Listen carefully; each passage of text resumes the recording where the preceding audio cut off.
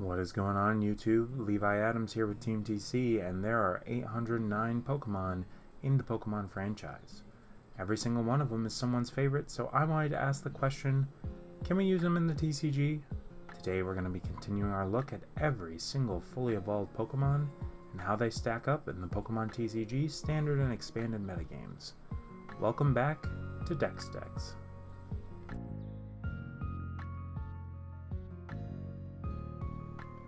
What is going on, guys? Welcome back to the next episode of Dex. Today we are going to be taking a look at the Pidgeot line. Now, Pidgeotto, I have very fond memories of using them on my playthrough teams in Kanto. I think Mega Pidgeot is one of the coolest megas out there. So let's take a look at how we can use this Pokemon in the TCG. Now, before we get into Pidgeot itself, I gotta give a shout out to Pidgeotto from Team Up with the Airmail ability. You have seen this card in 3 out of the 6 videos that we have done on this channel.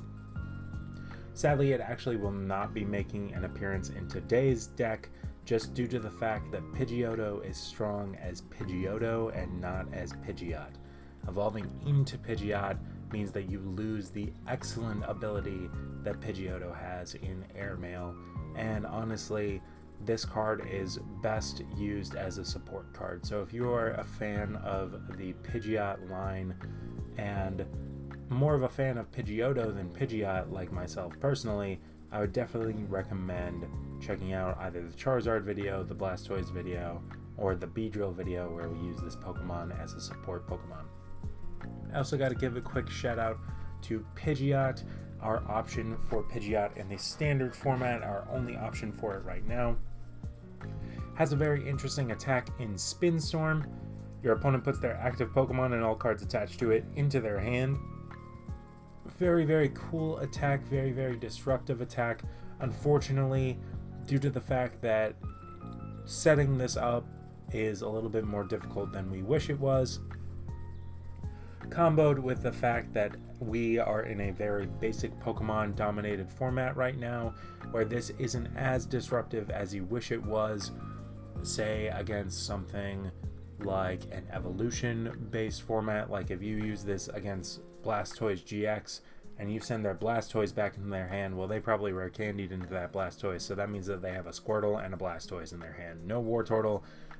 And even if they did have Wartortle, they have to wait at least 2 turns to get that Blastoise back up and running. But unfortunately, with the power of basic Pokemon right now, this attack is not as strong as it could be. This doesn't mean that we don't have a good option to use Pidgeot in the TCG. We have a decent option in Mega Pidgeot EX. This Pokemon, aside from having one of the best looking full arts in the entire game, is actually pretty interesting. With 220 HP as a colorless Pokemon, this Pokemon has an attack called Mach Cyclone for 130 damage and 3 colorless energy. You may have your opponent switch his or her active Pokemon with one of his or her bench Pokemon. Now, the wording of this is very, very important. If it just said switch your opponent's active Pokemon with his or her bench Pokemon, then that means you get the choice. But this gives your opponent the choice, which is actually not as good as you think it is. It still can be decent in some situations if they don't have a good Pokemon to switch into, but they get the choice of what Pokemon they switch into, which means they're always going to switch into their most optimal choice. So moving into the strengths of this deck, you are a Pokemon and you have a nice 2-hit KO potential. 130 damage, 2-hit KOs a lot of Pokemon in the game, with the exception of just a few, the most prominent ones being Mewtwo, as well as Reshizard, and also there was one more. I can't think of it off the top of my head. Well, Magikarp, Wailord, Eevee, Snorlax, ones that aren't as prominent, but still good to note, I suppose. A colorless Pokemon means that you can pair it with literally anything because you don't need a specific energy type.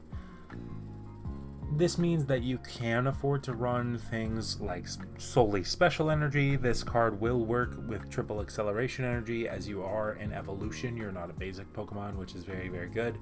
But it means that you have the tips and like all the tricks that something like a fire deck does, using things like welder or blacksmith. All the tricks that water type Pokemon have, using things like Quagsire to move your energy around, or getting free retreat from Manaphy, or getting free retreat from Zeraora if you want to use a lightning type build. The possibilities are endless if you want to use Pidgeot in tandem with another Pokemon. It also this is a very personal win, but it has one of the best full art cards ever. And that's not really a strength of the card itself, it's just a strength of the collectability of the card, I'd say. Going into the weaknesses, you just barely knock out non-evolving GX basics. So think things like Buzzwole and Zapdos and Volcanion. Sure, you're knocking them out, but it's not by much, meaning in the expanded format where this card calls home, if they have things like a Fighting Fury Belt attached to them, they are not going to be knocked out, and that is very, very bad, because most of the time they're going to be 2-hit KOing you. You 2-hit KO almost all EX and GX Pokemon when they can almost all 1-hit KO you. Now, 2-hit KOs are never that bad, but as Ross from PTCG Radio likes to say, you either want to 1-hit KO or 2-hit KO with Disruption. And Pidgeot does have the ability to disrupt, sort of, but that's only if your opponent doesn't have optimal switch-ins. Like I said when going over the ability of its attack, they have the choice, meaning they're always going to switch into their best option, whether they have a free retreater on board, a Pokemon with Float Stone, a Pokemon with a low retreat cost, a secondary fresh attacker. It doesn't really matter because they have the choice, and you're not really disrupting that well. Not to mention the fact that Mega Evolutions are just kind of awkward. They're almost like Stage 2s, but not really like Stage 2s. But they're Stage 2 where if you evolve without the Spirit Link, it ends your turn, and that kind of sucks. This being said, these weaknesses are going to stop me from trying to build the best deck with Mega Pidgeot as the focal point. So let's go ahead and see what we got for our deck list here. This is going to be focusing, of course, on Mega Pidgeot. You could also build a deck focusing on Pidgeot EX if you wanted to. I don't think it's really that good, just because Mega Pidgeot is weak to Lightning, and with the popularity of Pikachu and Zekrom, even in an expanded, and along with things like Night March, which easily OHKO you, the Pidgeot strategy is a little gimmicky at best. But we are playing a 4-3 line of our Mega Pidgeot with 3 Pidgeot Spirit Links. This is just to ensure that you're pretty much able to hit your Mega Pidgeots as consistently as possible. 4 copies of Ultra Ball, of course. And you'll see for support Pokemon we play Tapu Lele and Shaman, as well as a 2-2 line of Garbodor. Now this Garbodor has an ability that if it has a tool card attached to it, then all abilities in play and in players' hands, in their discard piles, are negated, so they are not active except for Garbotoxin. So what this means is that we can't play abilities, but with only 2 Pokemon that don't have Garbotoxin as their ability, this means that we can take advantage of our abilities in the early game and then use Garbodor in the mid to late game in order to disrupt our opponent. This is incredible when comboed with Floatstone. It is the best tool card to combo with Garbodor 100% of the time, giving it free retreat and just turning off abilities. Things like Zoroark's Trade, things like Tapu Koko, Prism Star, any ability you can think of, we get rid of it, and it's absolutely beautiful. The rest of the cards are pretty much just for consistency. I decided to play a fire build of the deck so we could take advantage of Welder with additional draw power as well as energy acceleration, helping us hit with our Mega Pidgeot as quick as possible. The idea with this deck is you set up your Garbodor as quick as you can, while also getting a couple of Pidgeots online so that you can hit as quick as possible for as much damage as possible before your opponent can. It is very possible to attack with Pidgeot turn 1, doing a nice 80 damage plus 20 to the bench with a Pidgeot EX, and of course the 130 damage as we talked about with Mega Pidgeot.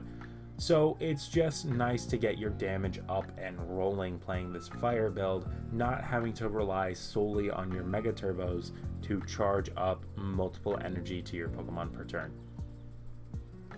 Supporter line: 1 Acerola, 2 Lysander, 3 N, 3 Sycamore, 4 Welder, of course with a single Battle Compressor, as well as some VS Seekers for reusability of some of these supporters. Again, it's just as consistent as possible while also taking advantage of Garbodor and its ability to turn off abilities. So how do I rate this deck? It's a 2 out of 7 in enjoyment and a 1 out of 7 in competitive viability. I hate that I have to give it this rating because I love the full art card so much, but that is the only enjoyable part of this deck. Sure, once you get Garbodor up and running, you can win games. You can win games with pretty much any deck as long as you have a relatively consistent strategy, but that doesn't mean that your win-loss ratio is going to be high. Just because you can win some games doesn't mean you don't lose a lot of games, and this deck unfortunately just loses a lot of games. It is outgunned by so many other decks in the format, with a weakness to Lightning, where Lightning is crazy and expanded, as well as cards like Reshizard showing up, Mewtwo box showing up, and just doing insane amounts of damage. It just makes for a very, very, very bad time. Essentially making Mega Pidgeot just a pretty face. However, this isn't going to stop me from getting some games with it and trying to show you this deck at its best. So let's go ahead and get into our game for the day, and I can show you just how well this deck can run.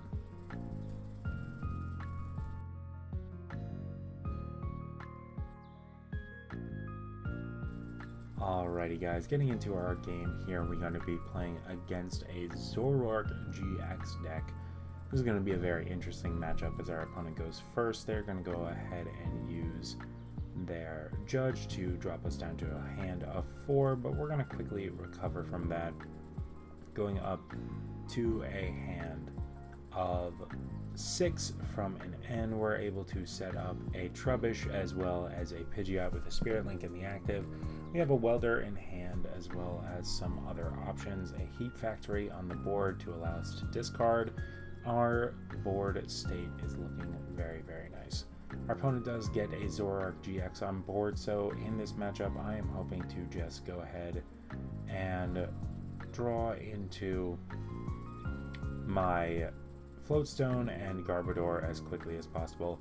We do have the Garbodor, but it is going to be a bit of a minute before I am actually able to get a Floatstone online. I'm debating whether or not to attach an energy for turn. I honestly think it's a bit of a misplay that I didn't, but we're just able to knock out the Slugma in the active, kind of getting rid of my opponent's deck stacking potential.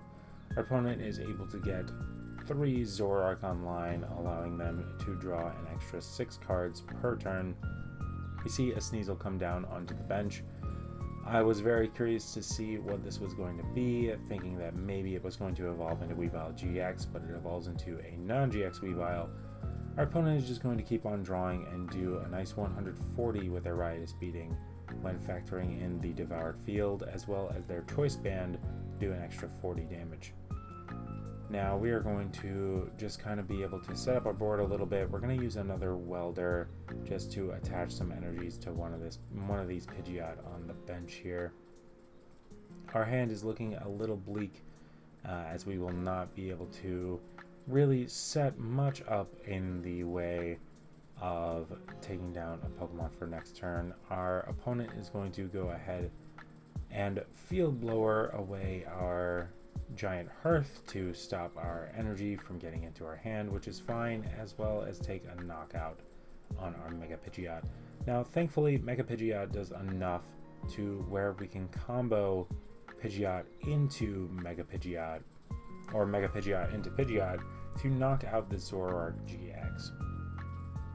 We're going to use our Battle Compressor to send a few supporter cards to the discard pile, and we're just going to shoot one of the Zoroarks on the bench for 20 damage.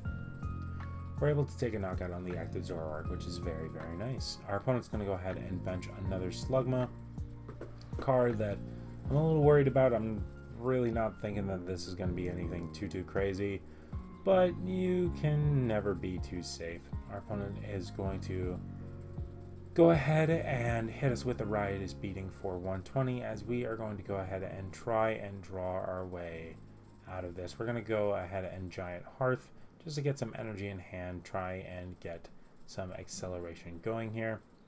We're going to go ahead and I debate what to Feather Arrow onto. I just decide to hit one of the non-evolved Zorua, just because it doesn't really matter which Zoroark I hit. It doesn't really help my numbers too much. I have to get off 4 Feather Lances for the damage to actually mean something. But we are able to do some damage to this active Zoroark, as well as put it in range of a Mach Cyclone. We're able to draw into the pieces we need in order to charge up this Mach Cyclone as well, to put us one prize away from winning the game. We're finally able to get our Garbodor online, as well as take a knockout on this active Zoroark, and all I need to do is hit a VS Seeker in order to Guzma either the Zorua on the bench, the Magcargo on the bench, or the Weavile on the bench, so that I can take a knockout using my Mega Pidgeot. Our opponent is going to be able to do some damage to me this turn, however it doesn't really matter too much. We're just going to Professor Sycamore and dig for one of our last VS Seekers. Our opponent is going to Trickster GX in addition to forcing us to switch out into our Garbodor. Our opponent doesn't have any abilities active, so I'm really not worried about them hitting a Lysander unless they already have it in their hand, or if they hit a Field Blower, I suppose, but it doesn't really matter too much. They take a knockout on Garbodor, putting them at 1 prize remaining, but this is going to be the game as we just promote Mega Pidgeot and VS Seeker for a Lysander, and pull up one of his bench non-GX Pokemon and Mach Cyclone for the knockout.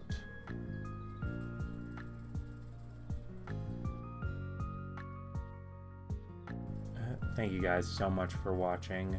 Let me know what you think about Pidgeot and Mega Pidgeot down in the comment section below. Next episode is going to be on Raticate. Very much looking forward to this one. Raticate is the first Pokemon we'll be looking at with an Alolan form, and I will be covering both the Kanto form and the Alolan form. But until then, my name is Levi Adams with Team TC, and I will catch you guys next time. Hey everyone, this is Ash Ketchum. Thanks for watching Team TC. Make sure to subscribe and become part of the team, and join us on our journey to become Pokemon Masters. Ha!